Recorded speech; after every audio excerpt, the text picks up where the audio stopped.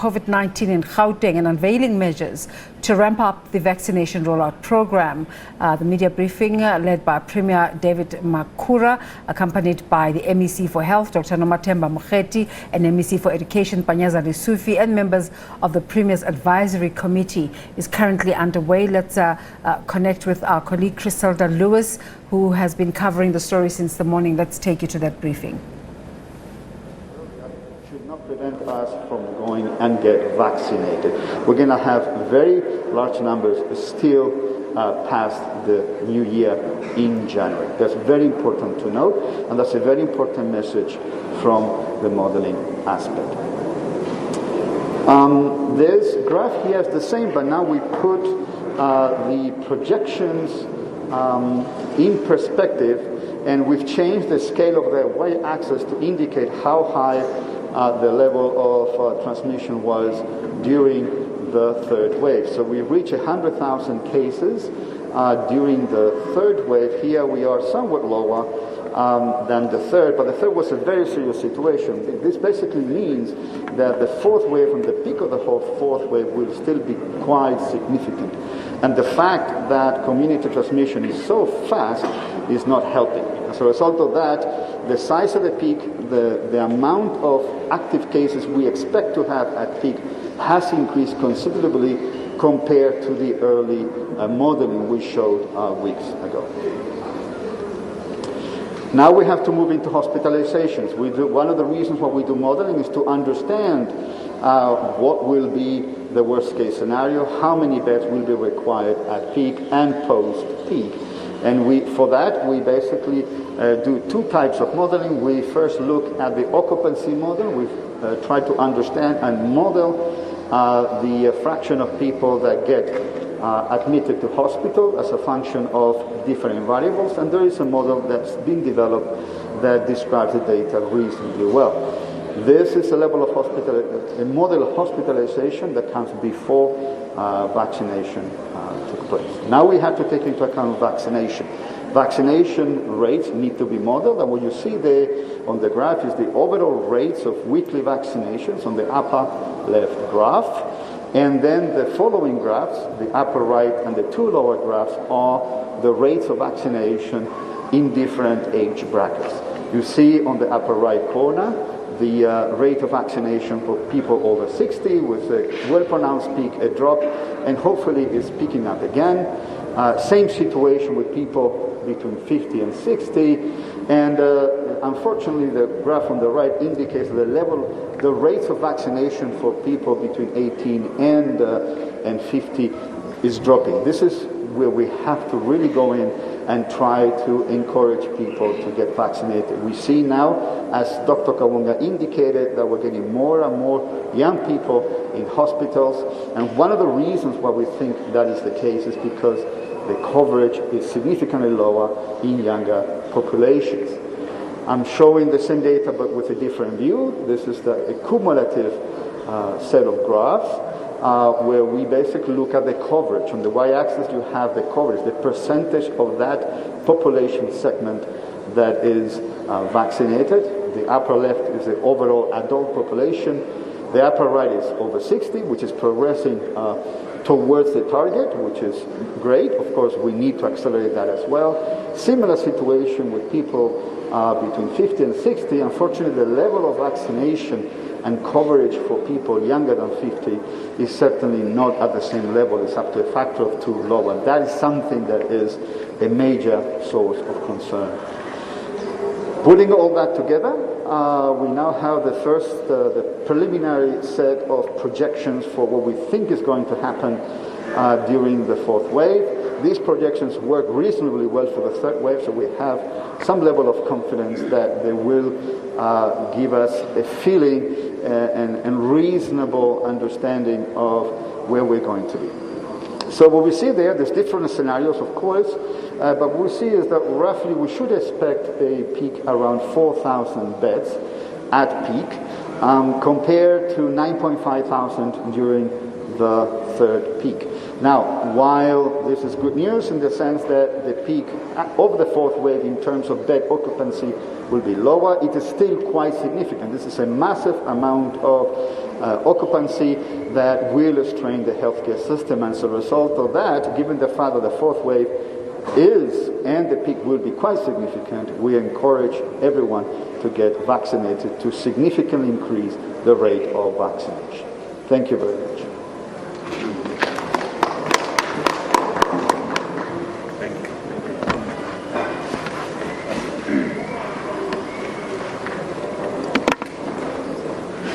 Thank you, Prof. I'm now going to call Dr. Adil Chikovu to talk to us about the vaccination program. And then, of course, he will be followed by the Premier. The other part of the presentation, which talks about the numbers or the new cases, we're going to skip that one because we've already covered a lot of that through the presentation made by Dr. Kawonga. So, Dr. Chikovu, please come forward.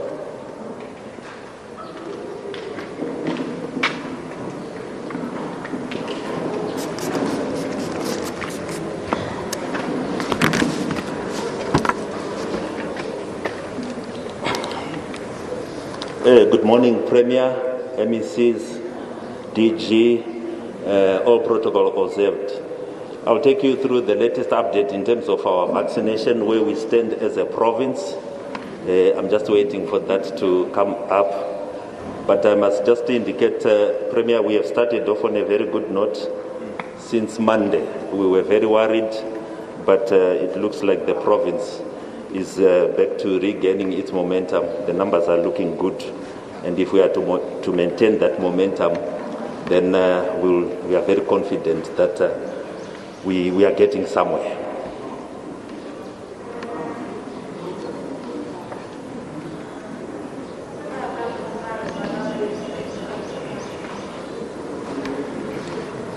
So the data we'll be presenting is the vaccination status as of last night. So this is very, very fresh information. And I know there may be variations here and there between what is actually displayed on the SA coronavirus and other national dashboards. But what we are presenting here is the very latest of information. Right, thank you. So we start on this slide. Premier, you can see that we have just gone over 7 million vaccination as a province. And this milestone was actually achieved on Tuesday. Tuesday, we crossed the 7 million mark as Gauteng province. And that's approximately 27% of the vaccinations which have been administered in the country. As a country, we have done 25,828,435. What we are able to see here is, in fact, the profile, our performance as a province. This is across all other age groups, with the exception of the 12 to 17-year-olds. We have not done very well when one is looking at the graph, but it must also be understood in the context that Gauteng is the most populous province, with almost 12.6 million eligible people for vaccinations. So that large denominator obviously is bringing us down, coupled with the fact that in our case, 80% of the vaccines that have been administered are in fact a double dose. So you only get to achieve fully vaccinated after approximately 42 days. On this slide, we can see the performance once we standardize for 100,000 of people. So what we often do in statistical terminology is we standardize for 100,000 people in exactly the same way that when people or students take tests, one test may be out of 10, another one out of 20, but for a fair comparison, you then convert into percentages. So it's exactly what we do. And then you can see in terms of vaccines administered, we are on position 5. In terms of individuals that have been vaccinated, we are on position 7. And in terms of individuals fully vaccinated, we are on position 7 as a province. On this slide, we can see the status report as of the 1st of December. So this is just the distribution of the 7 million vaccines which have been administered. And you have got Johannesburg leading with over 3 million, followed by Tshwane at 1.6, and then Ekurhuleni 1.5, Sedibeng 338,000, West Rand 475,000. However, the picture changes when you then standardize for the underlying population to be served. And maybe I'll skip this one because the same information will actually see it. In terms of performance, in the last 24 hours, if you adjust for the population that is being serviced, then West Rand has pulled the trick and is actually now leading in the province. So this is the distribution of the number of vaccines that have been administered, and we have also indicated here the total population in the province, the adult population. For the adult population, we are looking at 18 and above. In other words, we have excluded the 12 to 17-year-olds, but we do have information and data pertaining to the 12 to 17-year-olds.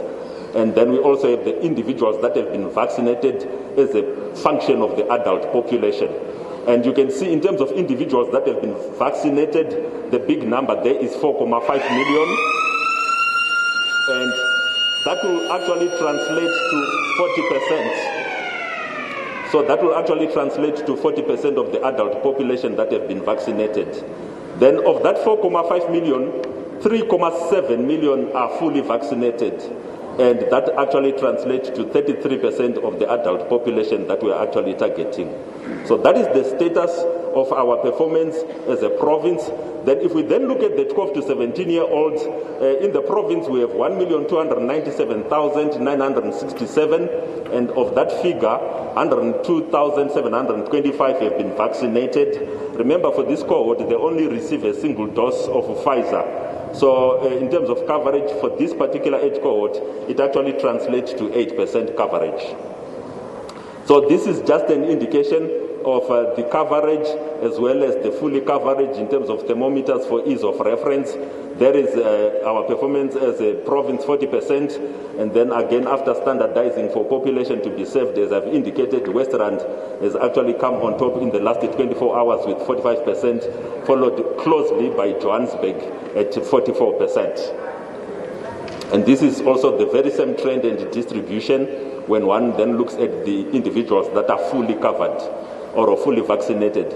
Remember, for us as a province, the gap between vaccination coverage and fully vaccinated is almost 42 days, because that is the interval between Pfizer dose 1 and Pfizer dose 2. Otherwise, for Johnson & Johnson, straight away, a person is fully vaccinated once they receive their jab. This is the performance when we then look at the four age groups, the 18 to 34, 35 to 49, 50 to 59, 60 and above. I must indicate, Premier, we have not been doing very well as a province, especially when one is looking at the 50 to 59 as well as the 60 and above. The performance that we are seeing here, the statistics, they are also a function of the time.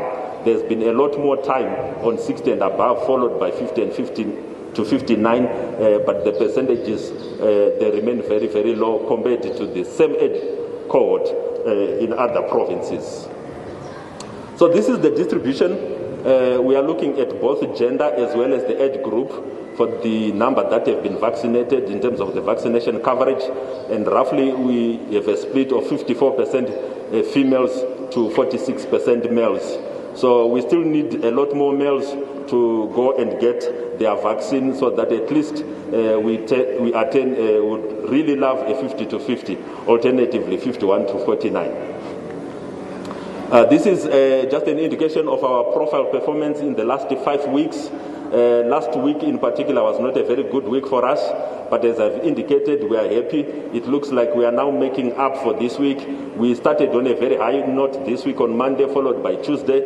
Yesterday was Wednesday, a slight drop compared to the other 2 days, and by tonight we will see what today's performance looks like. But we are very confident with the new initiative that has been embarked on, the school zone-based vaccination program, that very soon these numbers will show an upward trajectory. So that concludes the report that I have to present, Premier and principals. Thank you very much.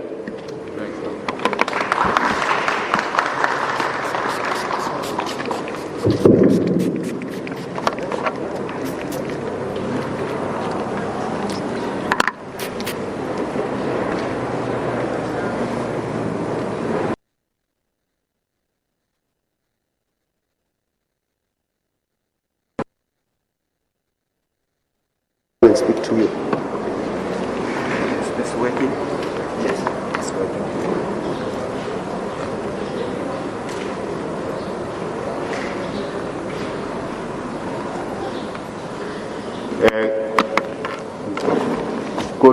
morning once more.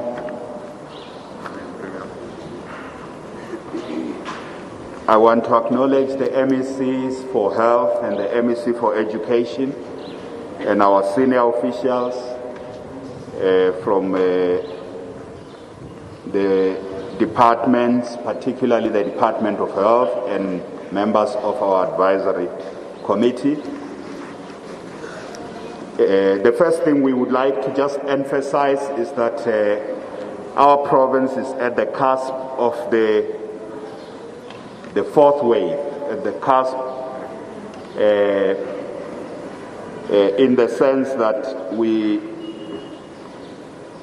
the new variant, we are the principal focus of this variant. So from the report that was shared with us, so we are monitoring very, very closely, getting feedback from our clinical teams also on the full impact of this. As we see the numbers every day, we're very, very concerned about what the reports are from our clinical teams. In other words, what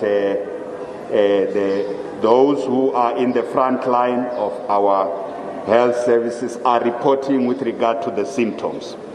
So Dr. Makhura has already indicated to us that whilst these numbers are rising rapidly, the infections are rising rapidly, driven from the north of our province, that is in the city of Tshwane. That's where the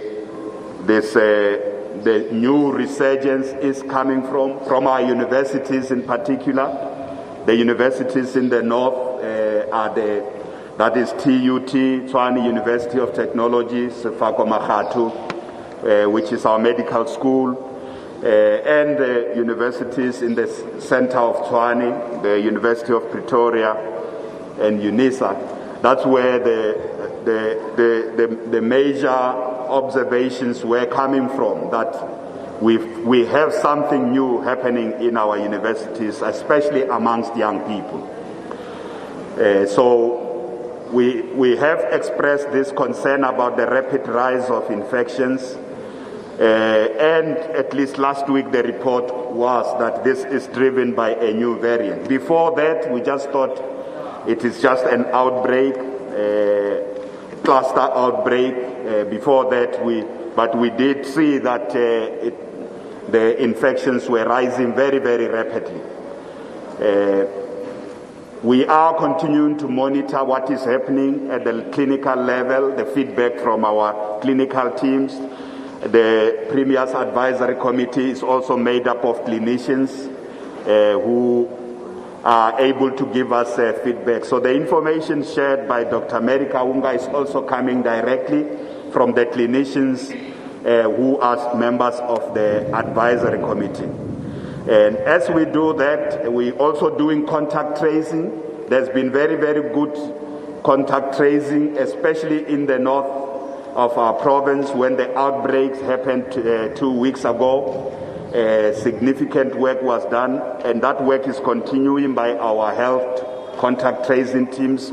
We have also increased the number of contact tracers to help us track down this. It is already clear that those who are not vaccinated, especially amongst the youth, they are the ones of great concern to us. Even though the information is still at an early stage, but it is clear that the people who are not vaccinated would be people of great concern. So it is absolutely important that we continue to send out the message that vaccination is important. We urge people to take their jabs because this, even in the very early stages, those who are vaccinated are only showing mild symptoms. At this stage, this is good news. I must say that when the news first came of the new variant Omicron, all of us were concerned about whether the current regime of vaccines will work or not. The preliminary sense is that the contrary has not been proven. The contrary is that the vaccines don't work. That preliminary sense is important. Our team is also working with other teams from across the country, including in KZN and the Western Cape, just to compare the clinical evidence that's coming around the impact of this variant on hospitalization. Dr. Mary Kaunga has already indicated that so far the news are positive for us. We want to call on the people of our province to step up the vaccination. This week, the good news is that we are back at above 50,000 vaccinations a day. That's the good news for us. So Monday, we got 51,000 new daily vaccinations. We got 54,000 daily vaccinations. Yesterday, Wednesday, we got 51,000 daily vaccinations. If you know where we were, we had fallen just even below 30,000 vaccinations a day. So from Monday, it's good news for us. We would like, as our team is saying here, Dr. Chikovu and the team from the Department of Health and our partners on the vaccination. The critical issue is that if we sustain daily vaccinations, about 50,000 throughout this period into the festive season, it will help us to be able to reach at least another 500,000 people before they leave Gauteng. And we want to emphasize that we need to catch people here in Gauteng and vaccinate them, because we know during the festive season millions of people leave our province for other provinces. We don't want people to be carrying this variant to other provinces, especially those who are not vaccinated. It's better that they vaccinate. We know the advantage of being in the province like Gauteng is that access to health services is much, much better. So we want to emphasize and really stretch out this call. This week, the people of our province have done very well. And this we see also amongst younger people. It is for that reason that the MEC for Education and the MEC for Health have partnered on a drive over the next 2 weeks. We want to reach young people. So we have a program that's focusing on all schools, school-based, what's called school-based zonal focus. And today, the door-to-door work we were doing here, we are targeting young people in our schools. We gave them time to write exams. They've completed their examinations, especially the young people between the ages of 12 and 17 who couldn't vaccinate for a while. We are targeting them. We are going to continue this vaccination drive focusing on young people in our communities, and we have ensured that in Gauteng the schools are going to be open as vaccination sites, even as we go into the festive season. Even as the schools close, the schools are going to be open as the vaccination sites. Yes, we are targeting young people, but we are also going into communities around the schools in Gauteng. We are going into communities to get the message of vaccination. Vaccinating is better. It helps us reduce the risk of severe disease and hospitalization, and it also reduces the risk of death.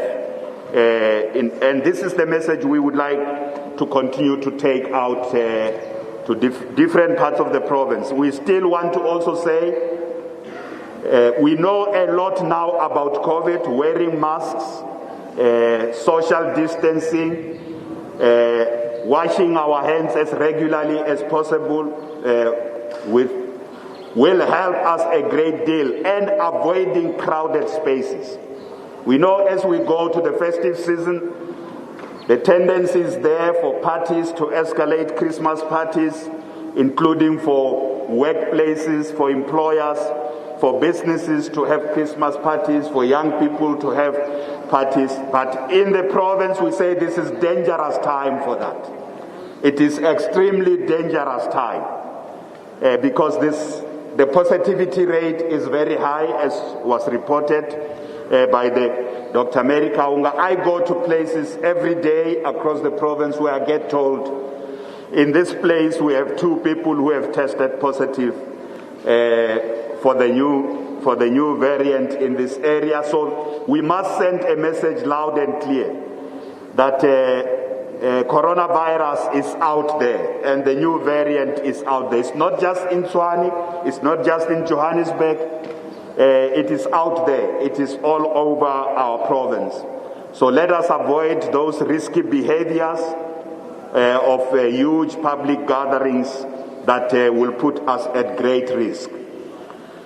It is absolutely important that we should continue to do the things that we do. The difference between now and last year in the run-up to Christmas is that we didn't have vaccines last year. Now we have got the vaccines. If you want to listen to the central message of today's media briefing, is that we can beat the 4th wave. And the only way we will beat the 4th wave is that we have more vaccines now than we have ever had. There's no shortage of vaccines. We can vaccinate. We have 8 million people in Gauteng who are not yet vaccinated. The number of those who are vaccinated, 4.5 million with single doses, 3.7 million fully vaccinated. But we still have 8 million people who are not vaccinated. The risk for them to be admitted to be more sick, to be admitted in hospital, those 8 million people are a problem for you and I. So we want to send out a very clear message there that we need to vaccinate, and vaccination is the most powerful weapon in our hands in defeating the Omicron virus with the variant. And I want to also say that the reason we are in a better position is that information is power. We mustn't panic. We are in a better position. We have the best scientists in the world as a country. They detect a new variant in the shortest space of time. We know what we are dealing with. We don't wait for too long. There's a problem here. A phone call. Can I answer it for you? We have the best scientists. We have vaccines. We know what we are dealing with. So we can't. The panic response. Last week we almost got into a panic response last week. And every little indication that's there is that it's within our hands. We can contain the 4th wave and this variant. The modeling team in our province says, given all things being equal, we are not likely to end in the worst situation than we have been during the 3rd wave. But everything depends on what we do. And we really need to make this continuous call that it's within our hands. We can reduce the real impact of the 4th wave by vaccinating, by avoiding crowded spaces, by wearing our masks, but also by sharing information that is accurate. That the Omicron variant may be spreading rapidly, but it doesn't, so far for the vaccinated at least, it doesn't appear like we will end up in the worst situation than we have been. So I want to emphasize that what we are going to be doing in the next 2 weeks is really fight. We want to get those who have not come back for their 2nd dose. Remember, even if you are vaccinated, but if you only took your 1st dose of Pfizer, taking your 2nd dose is extremely important. You are much more safer if you have done your 2nd dose. And I want to also say that my own experience, even during the election campaign, going across the province, we have many more people who have taken their 1st dose, but we need more people to come back for their 2nd dose in Gauteng province. We are working with health facilities, both in the public and the private sector, to get them ready for the worst. Getting ready for the worst is always important. Our teams have been activating, going back to the resurgence plan, to activate and repurpose more beds. You know, when we go through to the peak of a wave, our health services, once we have gone through the peak, when the hospital admissions are going down, we open more services. But when we get to the peak, we repurpose beds so that we can admit more people. We are doing the same thing, and we have done it now. This is for the 4th time. Again, there's no need to panic. There's no need for us to behave like we have not dealt with this variant, with this virus before. It is still the same virus. It may have different variants. It may have more mutations, but it's still SARS-CoV-2, as the scientists have said.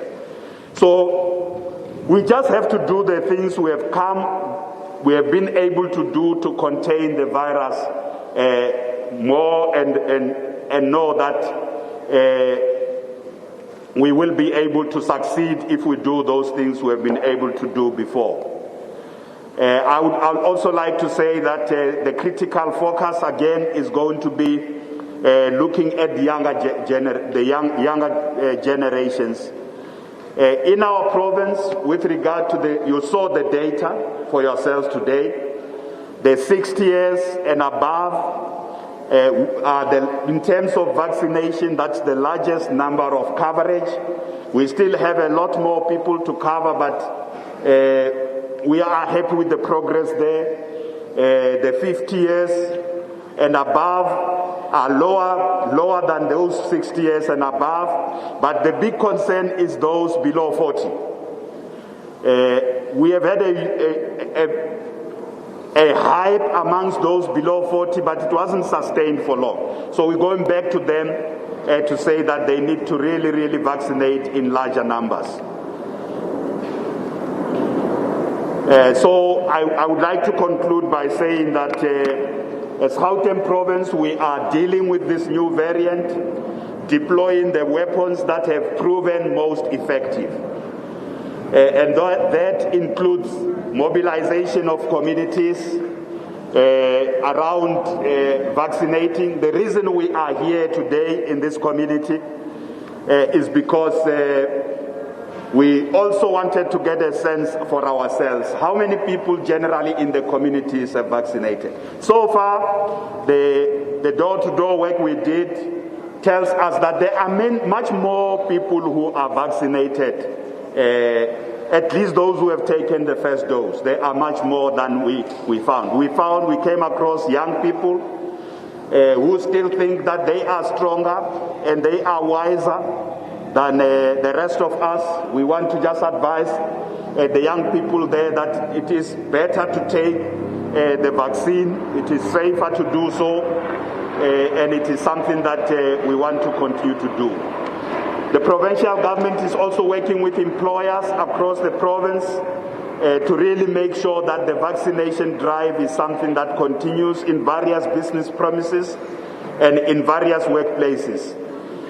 And at this stage, we also want to make sure that various institutions across our province continue to adhere to our message that we've got the most powerful weapons to deal with this wave.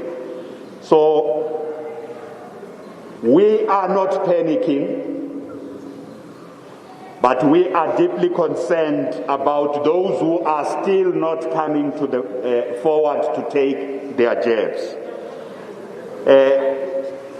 I know there may be a question that I want to answer in advance. I want to answer the question in advance around mandatory vaccinations. The best thing is to persuade people first and foremost to take responsibility for their health, and that's what we are doing. So the first thing we do is to persuade more people, and this week, as I've said, we are seeing more people are coming out. We would like to persuade more people to come voluntarily to take responsibility for their own safety and those of their colleagues at work and their family members at home. That's the first thing we would like to do. We want to persuade people, we want to mobilize people, we want to work with communities, community organizations, NGOs, NPOs to mobilize more people. That's our first approach. Because mandatory vaccinations, you only go there really if you see that the risk is still very high for everybody. And we are not saying that it may not be an option for South Africa. The President explained that there's a task team looking at that. But if we end up with too many people here in Gauteng, I say we still have 8 million people who are not vaccinated. They are coming out. But if we end up with still more people who are not vaccinated, mandatory vaccinations may be the only option we have for the sake of all of us. And as I say, you get to mandatory vaccinations only when you have tried all other options. And so far, I must say, so far this week it has been good. But if Gauteng can sustain the 50,000 daily vaccinations, it will help us reach more people by Christmas. Even if it's 500,000 people by Christmas, it is 500,000 people that will really enhance the coverage and therefore the chances of immunity across the different population groups in our province. Are we happy with the coverage so far? No, we're not happy.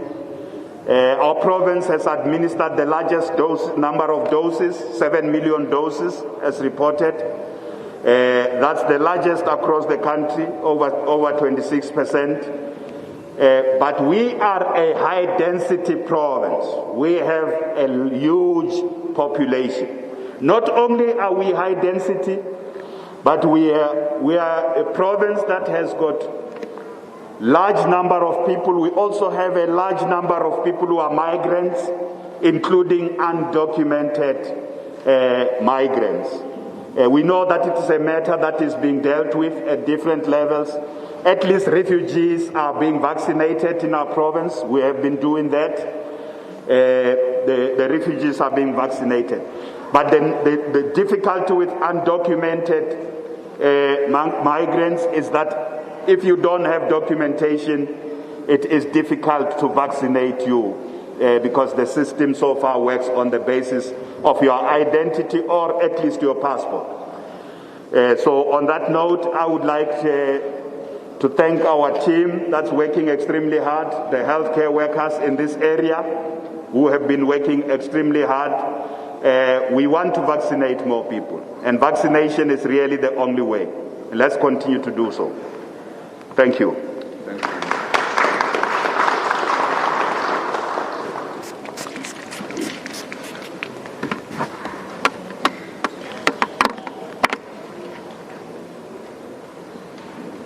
All right, thank you very much, Premier. We will now take questions. Yeah, I see Griselda there. Do we have a mic? Okay. Yeah, let's start. Please introduce yourself. Good afternoon, SABC Television News. This question could either be to Prof. Malado or to Premier. When is Gauteng likely, from the projections that we have currently, likely to reach that fourth wave? We're talking about a week, next 2 weeks, just so that I guess the province people have prepared themselves. And also, we're looking at 4,000 beds at the peak. Prof. Malado, I think, had mentioned that. Are we looking at, as a province, currently, at the field hospitals that were previously out there, or is it still too early for that? Thank you. Okay.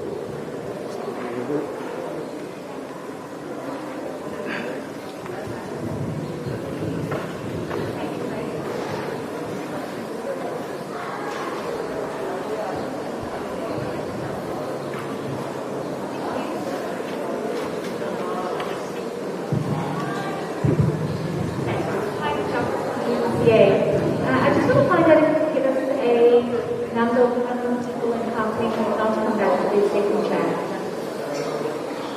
Okay. Thank you.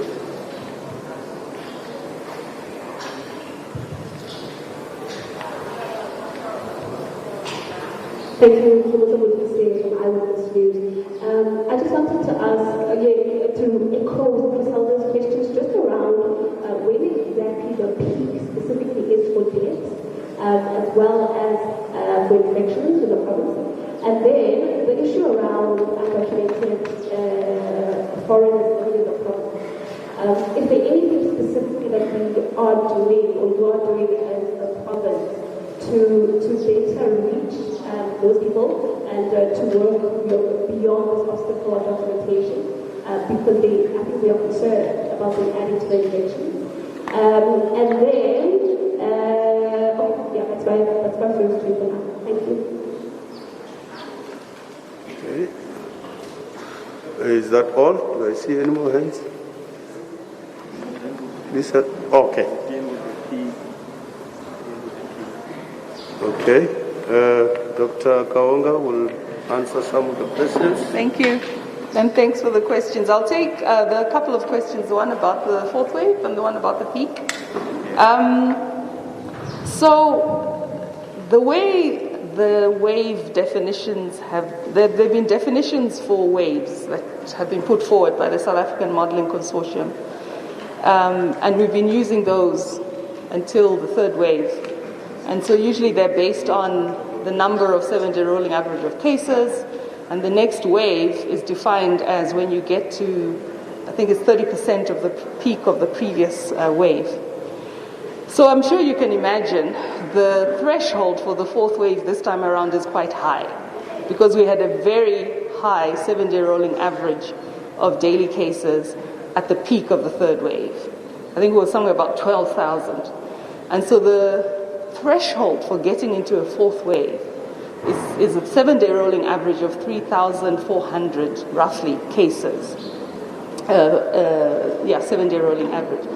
We're not there yet, but what we're saying is the rate at which cases are increasing and the fact that we actually 2 days ago already surpassed the 7-day rolling average of cases that was the threshold for the third wave. To us, it means that we're in a resurgence, and I think we need to behave like we're already in a wave without waiting for the technical definition to be met. So that's the message we want to put forward. And regarding the peak, the modeling that Prof. Malado presented earlier showed that he indicated that we expect the peak to come earlier than the previous predictions. And so based on that modeling, we expect to peak in about 2.5 weeks, with about 45,000 active cases at the peak and just over 4,000 hospital beds at the peak. Remember, this is the modeling, it's the prediction.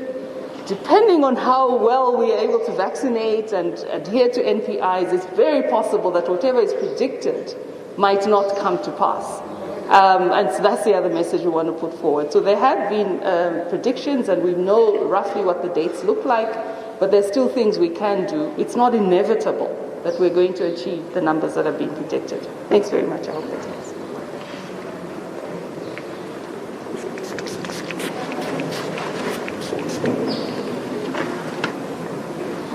Okay, thank you, Dr. Kawanga.